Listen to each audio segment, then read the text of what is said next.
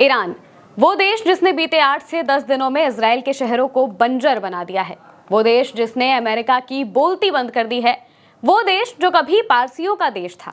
आखिरकार वो इतना कट्टर शिया मुस्लिम देश कैसे बना, जानेंगे आज के इस वीडियो में। नमस्कार, मैं हूं महिमा और आप देख रहे हैं उल्टा चश्मा यूसी। एक समय था जब ईरान को पर्शिया देश के नाम से पूरी दुनिया में जाना जाता था। हजारों साल पहले यहाँ पारसी धर्म का जन्म हुआ, जिसे पैगंबर जोरोस्टर ने शुरू किया। जिस ईरान में अब शिया मुस्लिम का राज है, वहाँ एक समय ऐसा था जब पारसी धर्म ईरान की आत्मा हुआ करता था।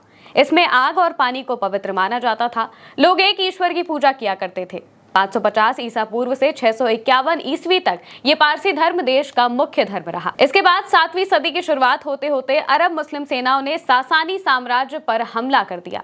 651 ईस्वी में सासानी राजा की हार के बाद इस्लाम ने ईरान में एंट्री ली, जिसके बाद ईरान में अरब शासकों ने इस्लाम को फैलाना शुरू किया। लेकिन फिर भी यहाँ पारसी धर्म पूरी तरह से खत्म नहीं हुआ। लेकिन उस वक्त अरब शासन के दौरान बड़ी संख्या में पारसियों ने डर की वजह से इस्लाम धर्म अपना लिया।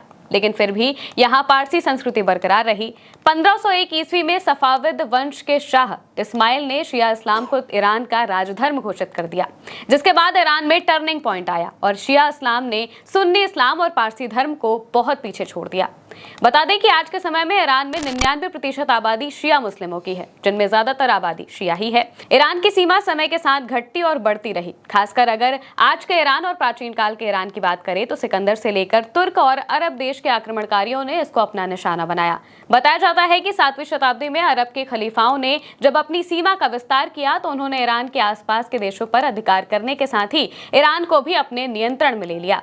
8वीं शताब्दी तक पारसी बहुसंख्यक देश ईरान में इस्लामिक कानूनों को कड़ाई से लागू किया जाने लगा। बड़े स्तर पर धर्मांतरण किया गया और जिन्होंने मना किया उनको सजा दी गई। इस वजह से लाखों पारसी अपनी जान बचाकर पूरब की तरफ पलायन कर गए। उनमें से कुछ भारत आकर बस गए। तुर्क और अरबों के फतेह के बाद ईरानियों ने इस्लाम धर्म को अपना लिया और खुद को शिया मुस्लिम बनाकर अपने वजूद को बचाया। लेकिन तब भी उस वक्त ईरान में धर्म को इतने कायदे कानून नहीं थे जितने अब हैं, और ये सब हुआ इस्लामी क्रांति के बाद। ईरान में इस्लाम को लेकर कट्टरता इस्लामिक क्रांति के साथ आई। यहाँ इस्लामिक क्रांति की शुरुआत 1979 में हुई थी, जिसने ईरान के शासक शाह मोहम्मद रजा पहलवी को सत्ता से बेदखल कर दिया। इस तरह ईरान में आयतुल्लाह रुहुल्लाह खुमैनी के नेतृत्व में एक धार्मिक गणराज्य की स्थापना हुई। शाह 1941 से सत्ता में थे, लेकिन उनको ईरान में मौजूद धार्मिक नेताओं के विरोध का सामना करना पड़ता था। इस विरोध की आवाज को दबाने के लिए शाह ने लगातार ईरान से इस्लाम की भूमिका को कम करने, इस्लाम से पहले ईरानी सभ्यता की उपलब्धियां गिनाने और आधुनिक राष्ट्र बनाने के लिए कई कदम उठाए। हालांकि शाह का ईरान को आधुनिक राष्ट्र बनाने का विचार ईरानी लोगों की समझ में नहीं आया और इस्लामिक धर्मगुरु उनसे चिढ़कर उनको अमेरिका का पिट्ठू कहने लगे। क्रांति के शुरुआती चरण में शाह ने इसको दबाने की पूरी कोशिश की। खुमैनी को गिरफ्तार करके देश से निकाल दिया गया। लेकिन सबसे बड़ी घटना तब घटी जब ईरानी सरकारी मीडिया ने खुमैनी के खिलाफ आपत्तिजनक कहानियां छापी। फिर क्या था, ईरान के लोग भड़क गए और दिसंबर 1978 में करीब 20 लाख लोग शाह के खिलाफ प्रदर्शन करते हुए शाहयाद चौक पर इकट्ठा हो गए।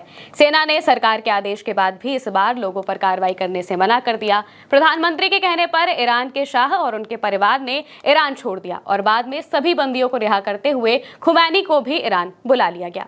इस तरह खुमैनी की अगुवाई में ईरान में अंतरिम सरकार का गठन हुआ और ईरान के पहले सुप्रीम लीडर रुहुल्लाह खुमैनी बने। उनके बाद ईरान की कमान अभी के सुप्रीम लीडर खामेनेई ने संभाली है। दोस्तों, फिलहाल के लिए बस इतना ही। आप देखते रहिए उल्टा चश्मा यूसी।